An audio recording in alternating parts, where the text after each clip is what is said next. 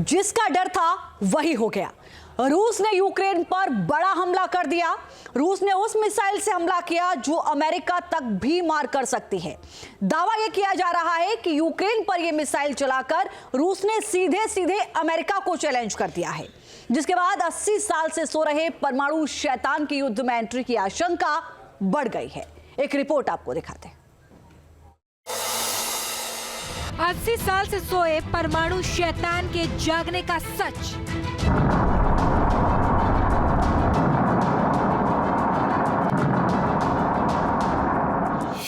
Britain पर missile चलेगी या फ्रांस की धरती दहलेगी?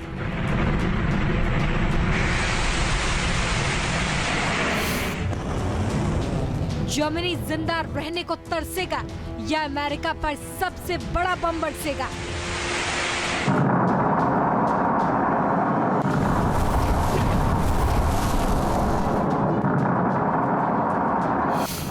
चीन परमाणु ताकत दिखाएगा या रूस महाविनाश मचाएगा? ब्रिटेन पर मिसाइल चलेगी या फ्रांस की धरती दहलेगी? यूक्रेन युद्ध में अचानक पैदा हुए इन सवालों ने पूरी दुनिया के सामने खतरे का सायरन बजा दिया,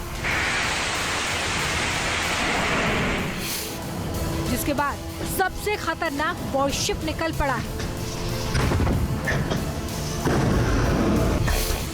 सबसे खौफनाक मिसाइलें तैयार खड़ी हैं।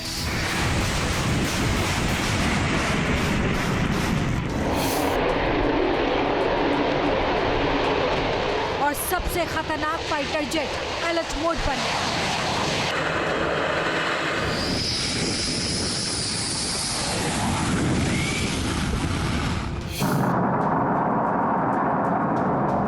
क्योंकि पूरे 80 साल बाद दुनिया में कुछ ऐसा होने वाला है जिसके परिणाम बहुत भयानक हो सकते हैं। क्योंकि 80 साल पहले ही दुनिया में पहली बार एटम बम गिरा था।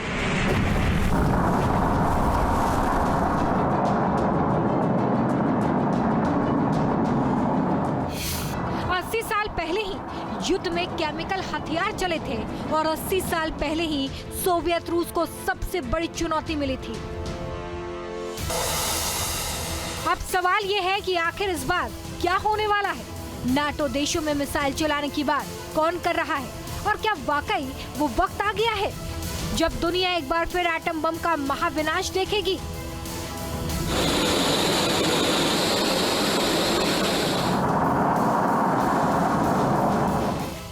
सभी सवालों का जवाब आपको सिलसिलेवार तरीके से देंगे, लेकिन पहले 80 साल पुराना एक वीडियो आपको दिखाते हैं जिससे साबित होगा कि दुनिया कैसे एक बार फिर महाविनाश के मुहाने पर पहुंच चुकी है, कैसे एक बार फिर परमाणु बम फटने के समीकरण नजर आने लगे हैं। ये तस्वीरें दूसरे विश्व युद्ध के दौरान की हैं, जब यूरोपियन देश जर्मनी किसी के काबू में नहीं आ रहा था। वो तेजी से रूस की तरफ बढ़ रहा था। मंशा जर्मनी की रूस पर कब्जे की थी। इसके लिए जमीन से लेकर आसमान तक भीषण जंग चल रही थी। फाइटर जेट मधुमक्खियों के झुंड की तरह आते थे और पलक झपकते ही बड़े बड़े इलाकों में तबाही मचा देते थे। जैसी जंग आसमान में छिड़ी थी, ठीक वैसा ही भयानक बम बारूद समंदर में भी बरस रहा था।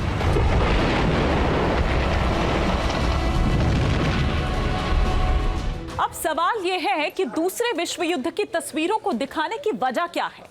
तो इसकी वजह है तीसरा विश्व युद्ध। जी हाँ, थर्ड वर्ल्ड वॉर। क्योंकि पहली बार तीसरे विश्व युद्ध को लेकर नेटो की तरफ से फुल तैयारी नजर आने लगी है। रूस ने भी अपने तमाम खतरनाक हथियारों को अलर्ट पर डाल दिया है। और खास बात यह है कि दूसरे विश्व युद्ध की तरह अब तीसरे विश्व युद्ध के लिए भी टीम्स इसकी बात आगे करेंगे। पहले वो 6 वजह जान लीजिए जो संकेत दे रही है कि तीसरा विश्व युद्ध होने से अब कोई ताकत नहीं रोक सकती।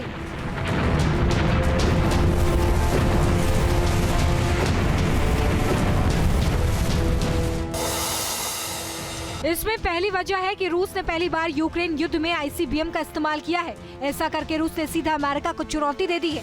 दूसरी वजह है रूस ने अपनी हाइपरसोनिक मिसाइल किंजल और स्कंदर का प्रोडक्शन दोगुना करने का आदेश दे दिया है।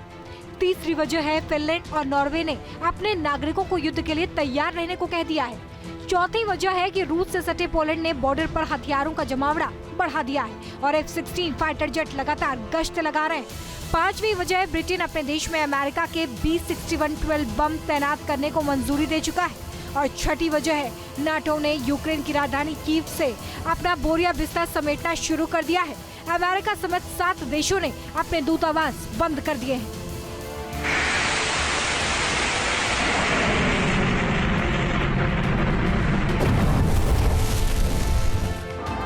48 घंटे के भीतर हुए ये चारों ही अपडेट बहुत बड़ी अनहोनी की आहट सुना रहे हैं, क्योंकि जब से अमेरिका ने रूस पर लंबी दूरी की मिसाइल से हमले की इजाजत यूक्रेन को दी है, तब से यूक्रेन भी बहुत ज्यादा एग्रेसिव है, जिसकी वजह से रूस को अपने न्यूक्लियर डॉक्ट्रिन में बदलाव करना पड़ा है।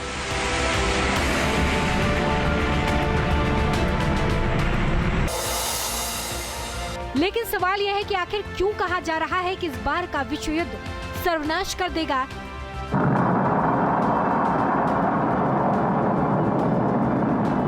तो वजह समझिए। दरअसल दूसरा विश्व युद्ध जब छिड़ा था तो ये 1939 से 1945 तक यानी कि करीब 6 साल चला था। तब भी तमाम देशों ने अपने अपने सबसे घातक हथियारों का इस्तेमाल किया था, लेकिन तब अमेरिका अकेला ऐसा देश था जिसके पास परमाणु बम था। इस वजह से जब अमेरिका ने जापान के हिरोशिमा और नागासाकी पर परमाणु बम गिराया था, तो अमेरिका यानी कि मित्र देशों के खिलाफ खड़े किसी भी देश के पास परमाणु बम नहीं था। अगर होता तो अमेरिकी परमाणु बम के जवाब में मित्र देशों पर न्यूक्लियर हमला कर दिया जाता। हालांकि मौजूदा वक्त में सिनेरियो बिल्कुल अलग है। अमेरिका के खिलाफ खड़ा रूस ही दुनिया की सबसे बड़ी न्यूक्लियर पावर है। रूस के पास इस वक्त 6000 से ज्यादा परमाणु बम है। इन न्यूक्लियर वेपन्स की डिटेल आपको थोड़ी देर बाद बताते हैं। पहले जरा संभावित तीसरे विश्व युद्ध की टीम में कौन किसके साथ नजर आ रहा है, ये जान लीजिए।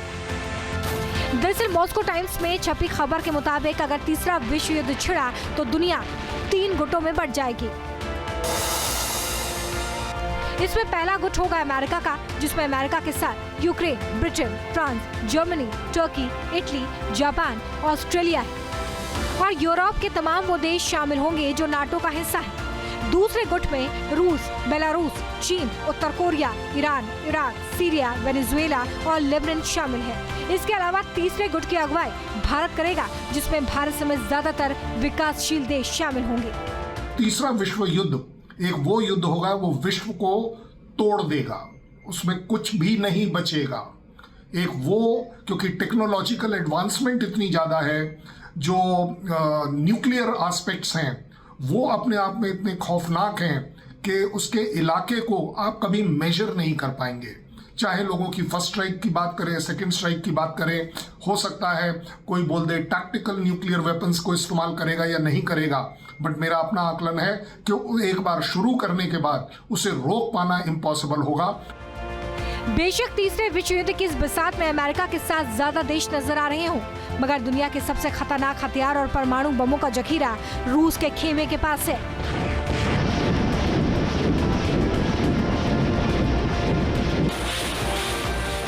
दावा किया जाता है कि रूस के पास तो ऐसे परमाणु बम है जो एक ही हमले में 15 शहरों में महाविनाश मचा सकते हैं।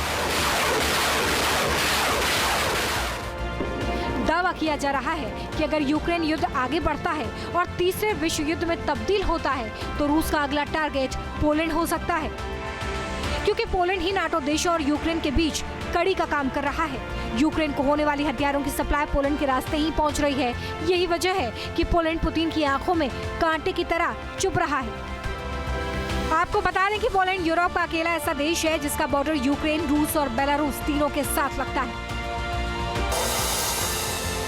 पोलैंड और रूस के बीच 210 किलोमीटर लंबी सीमा है, जो कैलिनिनग्राद में मौजूद है। यानी युद्ध के हालात में रूस के घातक टैंक पोलैंड में तबाही मचा सकते हैं।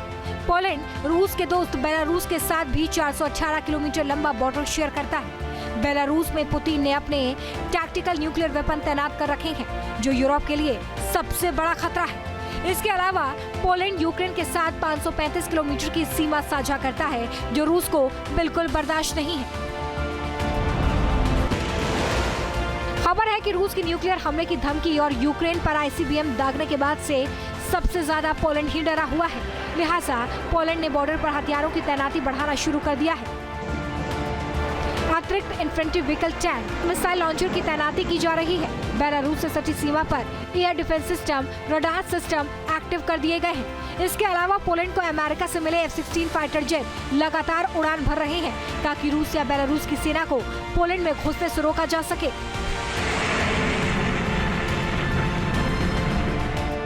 आपको बता दें कि बेलारूस यूरोप का अकेला देश है जो जंग की शुरुआत से ही रूस के साथ खड़ा है। बेलारूस ने न केवल यूक्रेन पर बल्कि रूसी हमले को जायज ठहराया था, बल्कि अपने देश में रूस के खतरनाक हथियार भी तैनात करवा दिए।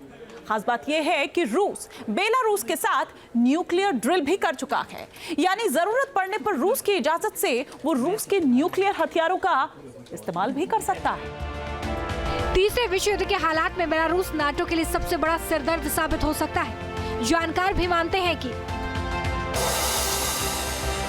पोलैंड रूस के टैक्टिकल न्यूक्लियर वेपन्स की सीधी रेंज में है, क्योंकि रूस ने बेलारूस में परमाणु हमला करने में सक्षम MiG-31 फाइटर जेट तैनात कर रखे हैं। इसके अलावा रूस के हाइपरसोनिक मिसाइल की इंजन भी बेलारूस में मौजूद है, जो यहां से ब्रिटेन तक मार कर सकती है। पोलैंड को डर इसलिए भी सता रहा है क्योंकि नाटो और यूरोपियन यूनियन दोनों का सदस्य है और ये दोनों ही रूस के दुश्मन बन बैठे हैं। जानकार ऐसा मानते हैं कि नाटो के देश परंपरागत हथियारों से तो रूस का मुकाबला कर सकते हैं, मगर रूस के परमाणु बम और हाइपरसोनिक मिसाइलों की काट किसी के पास नहीं है। जानकारी के मुताबिक रूस ने अपने परमाणु बम बेलारूस के अलावा सीरिया, कैलिनिनग्राद और अमेरिका के अलास्का के पास कामचटका में तैनात कर रखे हैं, जो पुतिन के एक इशारे पर महाविनाश मचा सकते हैं। ये जो बड़े कंट्रीज हैं जिनके पास ये सो कॉल्ड रिमोट कंट्रोल है इन न्यूक्लियर वेपन्स को फायर करने का, ये अपने देश से, अपनी धरती से कभी नहीं लड़ेंगे, ये दूसरे की धरती से लड़ेंगे। और वहाँ से शुरुआत होगी कि जो उनका एडवर्सरी है, अगर यूएस किसी भी न्यूक्लियर इंस्टॉलेशन जो उसके काफ़ी कंट्रीज में हैं वहाँ से अगर करता है, नेटो से अगर करता है, तो रशिया पहले उसी कंट्री के ऊपर फायर करेगा। नाटो के लिए डराने वाली बात यह भी है कि जिस अमेरिका के दम पर नाटो का वजूद है, वो अमेरिका भी रूस के परमाणु बमों के मुकाबले कहीं नहीं ठहरता। अमेरिका के साथ साथ अगर उसे सहयोगियों के परमाणु बम भी मिला दिए जाएं, तब भी रूस उन पर भारी बैठता है। समझिए कैसे। अमेरिका के पास 5044 परमाणु बम है। अमेरिका के साथ ही ब्रिटेन के पास 225 परमाणु बम है और फ्रांस के पास 290 परमाणु बम मौजूद है। इसके अलावा इजराइल के पास भी 90 एटम बम होने का दावा किया जाता है, जिन्हें मिलाकर एटम बम की तादाद 5649 पहुंचती है, जबकि अकेले रूस के पास 6375 परमाणु बम मौजूद है। रूस के साथ कंधे से कंधा मिलाकर चलने वाले चीन के पास भी 410 एटम बम है और उत्तर कोरिया के पास 60 परमाणु बम होने की बात कही जाती है। जहां तक ईरान का सवाल है, तो 4 परमाणु बम बनाने की ताकत ईरान भी रखता है। अगर इन सभी परमाणु बमों को मिला दिया जाए तो आंकड़ा 7199 तक पहुंच जाता है, जो अमेरिकी गुट में मौजूद परमाणु बमों से कहीं ज्यादा है।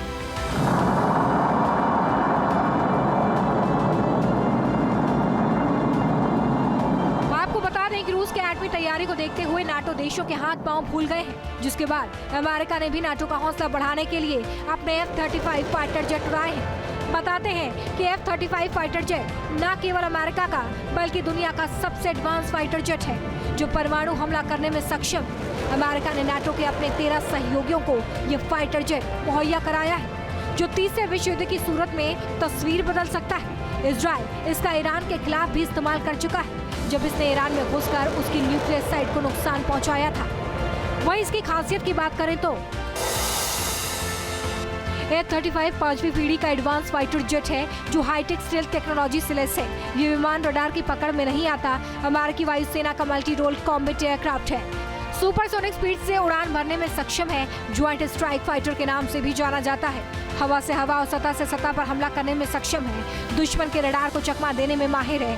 1930 किलोमीटर प्रति घंटे की रफ्तार से उड़ान भरने में सक्षम है। बेशक रूस के पास नाटो देशों से ज्यादा परमाणु बम हैं, लेकिन रूस को भी ये बात ध्यान रखनी होगी कि तबाही मचाने के लिए एक परमाणु बम ही काफी है। शायद इसी सोच के साथ अमेरिका भी नाटो के अलग अलग देशों में अपने परमाणु बम तैनात किए हुए हैं। जो जानकारी है उसके मुताबिक हम ग्राफिक्स के माध्यम से आपको समझाते हैं कि अमेरिका ने बेल्जियम के क्लेन ब्रोगेल एयरबेस पर 10 से 20 परमाणु हथियार तैनात कर रखे हैं। उधर जर्मनी के बुचेल की अगर बात करें तो यहां पर एयरबेस पर भी अमेरिका के 20 न्यूक्लियर वेपन तैनात हैं। इसके अलावा नीदरलैंड्स की बात करें तो नीदरलैंड्स के वोल्के एयरबेस पर भी 15 से 20 एटम बम अमेरिका ने रखे हुए हैं। इसके अलावा इटली के 2 एयरबेस पर अमेरिकी एटमी हथियार मौजूद हैं। इसमें एवियानो में 50, जबकि घेड़ी की अगर बात करें तो यहां इस टावर में 20 से 40 न्यूक्लियर हथियार हो सकते हैं। दावा किया जाता है कि तुर्की के इंस्ट्रलिक एयरबेस पर अमेरिका ने अपने सबसे ज्यादा परमाणु बम रखे हुए हैं, जिनकी तादाद 50 से 90 तक मानी जाती है।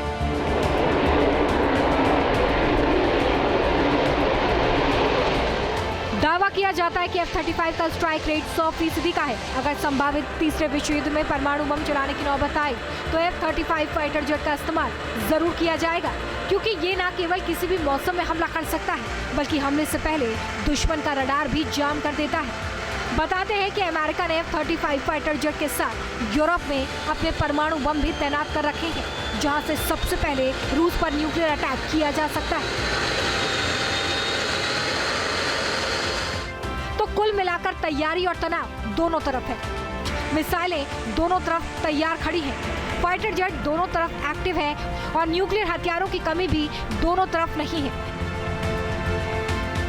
ऐसे में कोशिश तो यही होनी चाहिए कि तनाव को कम किया जाए, मगर ऐसे नाजुक वक्त में जिस तरह रूस ने यूक्रेन पर ICBM दागी है, उसने हालात को और ज्यादा विस्फोटक बना दिया है। Team news nation.